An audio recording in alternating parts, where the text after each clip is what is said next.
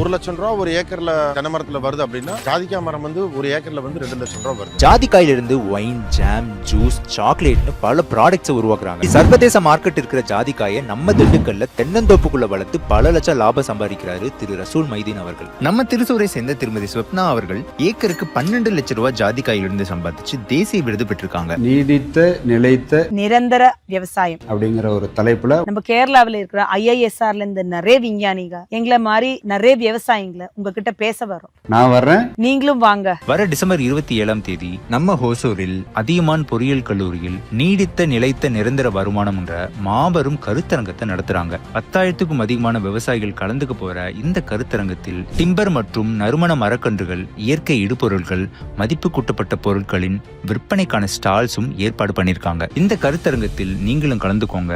நீடித்த நிலைத்த வருமானத்தை உங்க வசப்படுத்துங்க. முன்பதிவிற்கு டிஸ்கிரிப்ஷன் இருக்க ஃபார்மை ஃபில் பண்ணுங்க, இல்ல இந்த நம்பருக்கு கூப்பிடுங்க.